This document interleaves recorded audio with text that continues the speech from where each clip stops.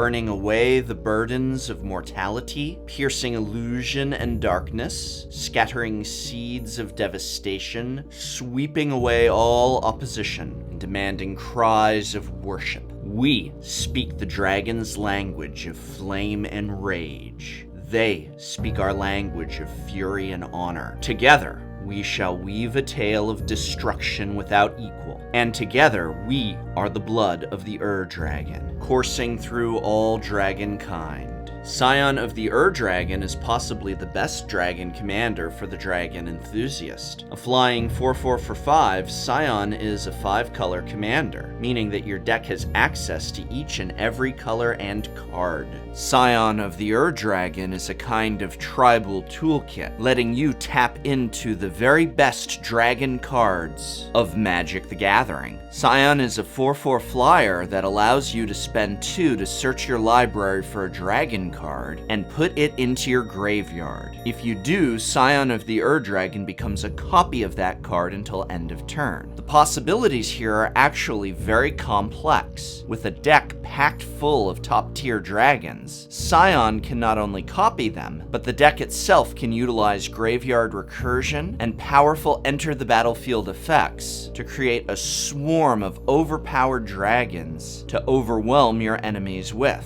This is far more than just a Commander Voltron deck, although winning by commander damage certainly is an option. As we go through our list of dragons in this deck, keep in mind at all times that Scion can spend 2 to go through the deck, pull out the dragon of your desire, pitch it into the graveyard for later recursion, and then have Scion be a copy of that dragon until end of turn. Let's take a look. Before we get to our dragons, let's talk 2 non-dragon legendaries who are powerful components of this deck. The first is Gazella, Blade of Gold Knight, the famous Innistradi angel who doubles damage from your sources and halves it from your opponents. Many Magic the Gathering players have long tried to build commander decks around Gazella, but Boros is a bothersome color combination. Here, she functions magnificently with the 5-color beatdown brew of fire and scales. In fact, Gazella can often turn our dragons into one-hit kills, especially when combined, as you will see in a minute, with effects that grant everything from Double Strike to Infect. Evasion is another key of this deck, which is why we run Sun Quan, Lord of Wu. It's an old commander favorite, as horsemanship is usually just EDH speak for can't be blocked. Now in a bit you'll see we have some super evasion effects built into this deck, and if you feel they are sufficient, then I would offer an alternative to this slot, Maelstrom Archangel. Not a legendary, but if she hits, you put any non-land card from your hand into play. This gets out of control fast as you drop giant dragons with enter the battlefield effects into play. I actually prefer her in my builds to the Lord of Wu, but the ultimate choice is up to you. Alright, let's talk top tier dragons. These are the dragons I feel are must-runs. There's plenty of room to swap cards out, but this is not the selection that you want to do so with. These are some of the best dragons in all of Magic, and the best pieces of this deck. And out of all of these, Bladewing the Risen rises above.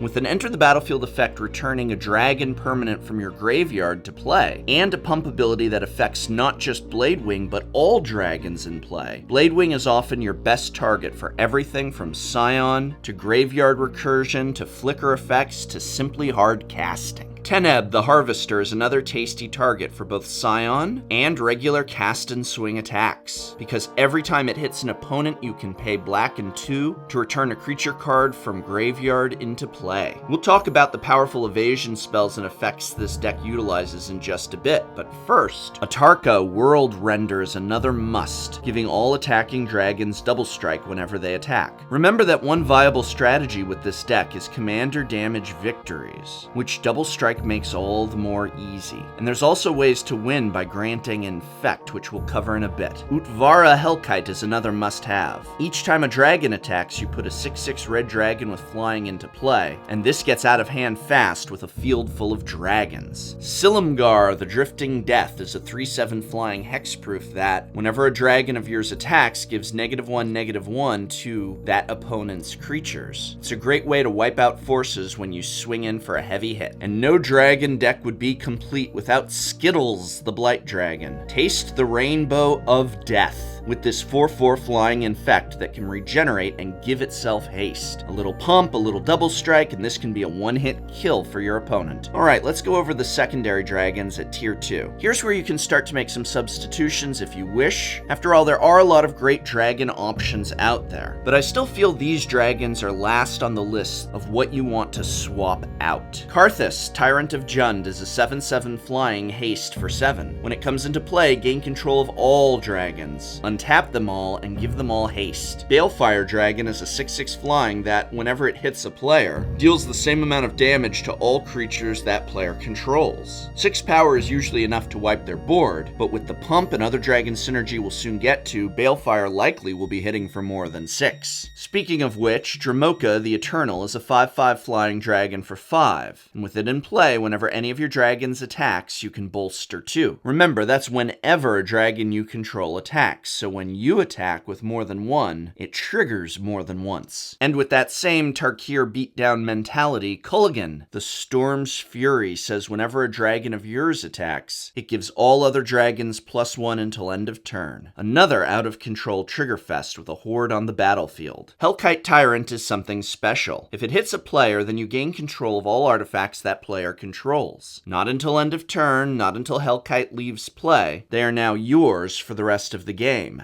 Finito. That alone is extremely powerful in Commander, as most players utilize a host of artifacts and mana rocks, so one swing can give you phenomenal gains while cutting your opponents down considerably. But wait, there's more! At the beginning of your upkeep, if you control 20 or more artifacts, you win the game. And if Intet, the Dreamer, hits a player, you may pay blue and 2, and exile the top card of your library. You may play that card without paying its mana cost for so long as Intet remains in play. Notice this is not just until end of turn, so you can bide your time if it is an instant, or just slam a high-costed dragon into play. Nicol Bolas, not Plainswalker, just legendary dragon, is not likely to be hard cast and maintained. Instead, he's likely going to be the target of Scion, who would gain his ability to force players, to whom he deals combat damage, to discard their entire hand. And when Numot, the Devastator, hits a player, you may pay red and 2 to destroy 2 of their lands, another bad blow for your foe. Steel Hellkite lets you pay the converted mana cost of permanents you wish to destroy of the player it hits, and it also has the ability to pump up on its attack. Croesus, the Purger, is not quite Nicol Bolas, but let's face it, who is? But Croesus still lets you pay black and 2 to name a color, then have the opponent you just hit reveal their hand and discard all cards of the chosen color. Dragon Tyrant is another you're less likely to hard cast and maintain, and more one that you want as a target for Scion. A 6/6 double strike will hit for at least 12, to say nothing of the pump it allows, and all the other dragon boosts you may have access to. Dragon Lord Dramoka keeps you safe by preventing your opponents from casting spells during your turn, can't be countered, and has lifelink to boot. Let's talk that Graveyard Recursion sub-theme. Let me show you a lovely little card you probably have never heard of called Cauldron Dance. With this card, you can bring a dragon into play from the graveyard, into play from your hand, do surprise blocks with them, to say nothing of their enter the battlefield effects, and then switch them with the dragon from your hand going to the graveyard and the graveyard dragon going to your hand. There is a lot of combat tricks and other cantrips that you can get out of this card if used wisely. Beacon of Unrest will actually let you grab any creature or artifact from any graveyard. Super fun when your opponent's beast just got terminated. And oh, nice, the card itself shuffles back into your library after use. Unburial Rites is 2 shots at reanimation on 1 card, and both Living Death and Patriarch's Bidding bring your entire graveyard back into play, oftentimes signaling the end of the game and your victory. Fearsome Awakening is both recursion and dragon synergy, as it reanimates any creature from our graveyard but adds counters to that creature if it is a dragon, which it is. What about Plainswalkers? Well, you're in 5 colors, so theoretically you can have your pick of any Plainswalker ever, but I am going to recommend you run only one.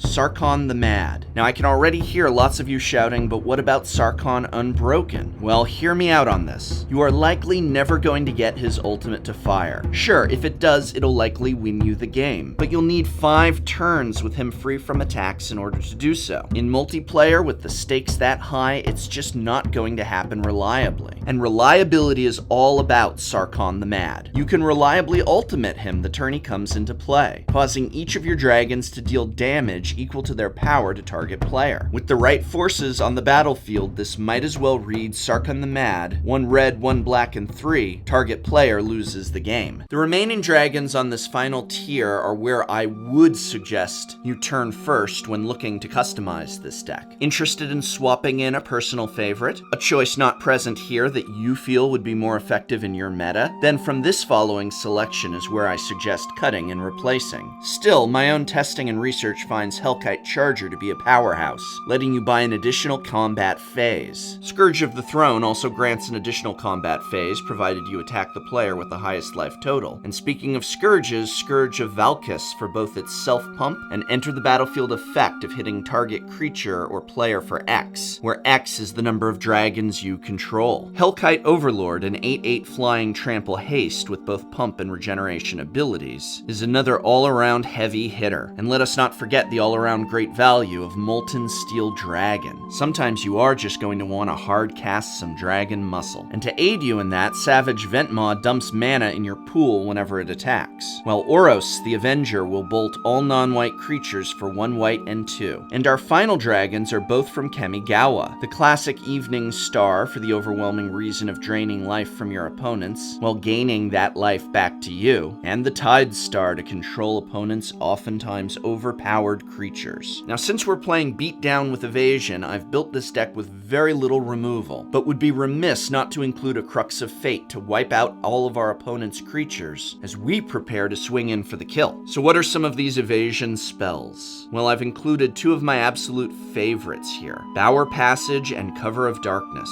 Cover will let us give all our creatures fear, and it's only a 2-cost enchantment, as is Bower Passage, which says creatures with flying can't block our creatures. And since all our creatures have flying, more or less, it might as well just read that our creatures can't be blocked. What about Dragon Synergy? There's a lot of great options available to us. Dragon Speaker Shaman reduces the cost of our dragons by 2, and Dragon Storm, although expensive, lets us not only tutor up a dragon, but also put it directly into play. Dragon Tempest is another 2-drop enchantment that gives our flying creatures, i.e. dragons, haste, but it also zaps target creature or player for X, where X is equal to the number of dragons in play each time one enters the battlefield. Some other clever cards we run are Quicksilver Amulet to just start placing dragons into play for 4 each turn, Savage Beating, where enough mana can once again buy us double strike and then entwine it for an extra combat phase, Gratuitous Violence to give all our creatures double strike, which pairs wonderfully with Tainted Strike, which in an instant will give all our creatures infect until end of turn, which when used correctly can topple at least one, if not more than one, opponent who has no way of blocking our double striking, heavy hitting dragons. And of course, we would want to run Asceticism for regeneration and hexproof protection. Let's talk Blade of Selves. This can be tricky with the high number of legendary creatures we run, but remember that even when it's attached to a legendary, if that card has an enter the battlefield effect,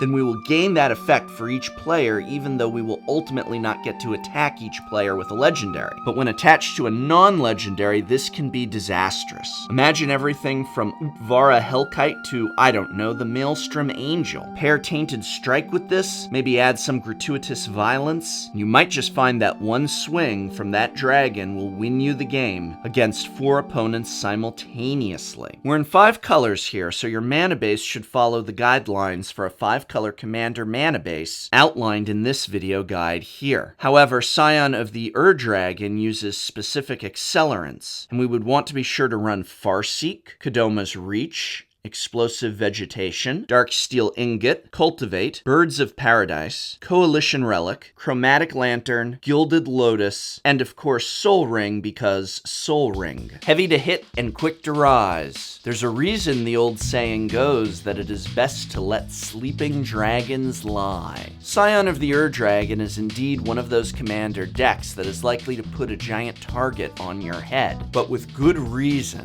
The deck is both cunning and brutal, relentless in its efficiency, and one of the best options out there for any dragon lover. So who would you like to see as the commander explored in my next commander deck tech? Let me know in the comments below. I hope very much this video has been of some help to you. You can help me out by remembering to subscribe, like, share, or just by leaving a comment. And this video, like all of my videos, has been made possible thanks to the generosity and support of patron alums over at Patreon. Your generosity is what keeps this channel going, so thank you.